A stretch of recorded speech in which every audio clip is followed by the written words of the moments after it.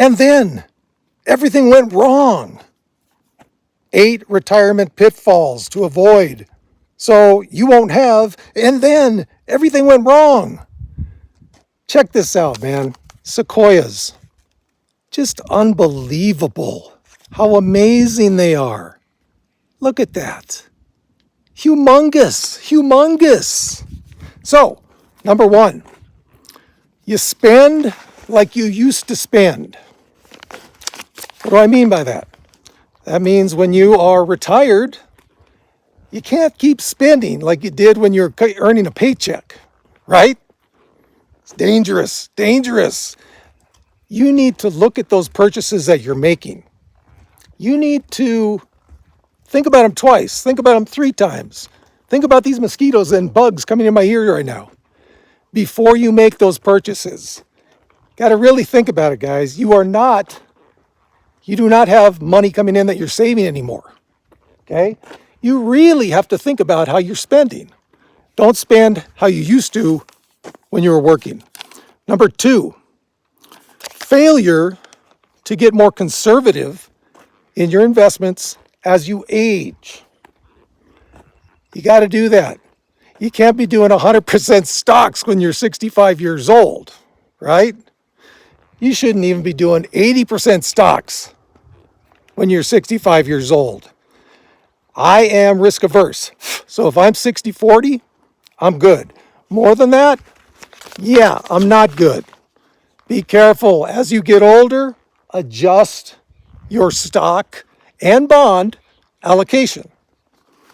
Number 3, selling assets in a downturn. Stay calm. That's the worst time to do that. In a downturn, I mean, you're compounding your losses by trying to sell again. Don't do that, guys. It's a downturn. It's a downturn for a reason. Try and stay pat if you can in your investments. Do not sell. If you want to have a cash reserve to help you through that, great, especially in a downturn like now. But don't sell in a down market. The absolute worst thing you can do.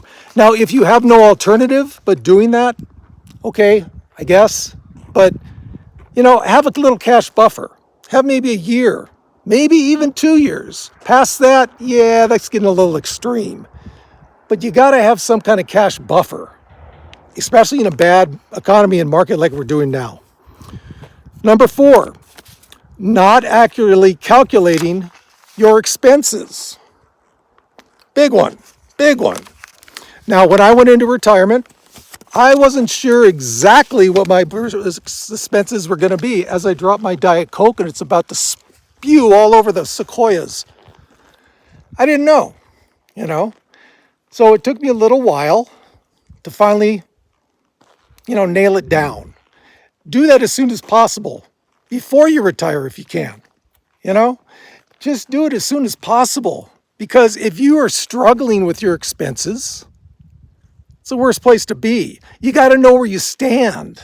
You got to know, okay, I got this much money coming in. This is how much I need to survive. Extra stuff is extra stuff. You can do that as you go along, but nail down those expenses. Know exactly how much you need to live on. Number 5, not having a will or a living trust. And I'll be honest with you, I am guilty of that right now. That is the one thing on here that I am very guilty of. I do not have a living trust or will. I'm going to get that done, if not by the end of this year, then the beginning of next year. Especially if you have assets like a house, which I do. You have retirement accounts. Now, I'm not married, but I have people that are my beneficiaries. You need to nail down a will and a living trust as well. You got to get all that stuff down if you have any kind of assets whatsoever. I'm guilty of that. So I'm going to take care of it within hopefully the next 3-4 months. Number 6, having too much debt when you retire. A little bit of debt is fine. I went into debt with a mortgage, but I got it for a very good price. I put down a decent down payment, and luckily enough, I got it before interest rates went up and thus the mortgage became more expensive. So I'm sitting in a good place. I'm actually paying less in mortgage than I was in the last 3 places I rented. Now, granted, that was in Los Angeles, yes, but still, I think I'm doing okay.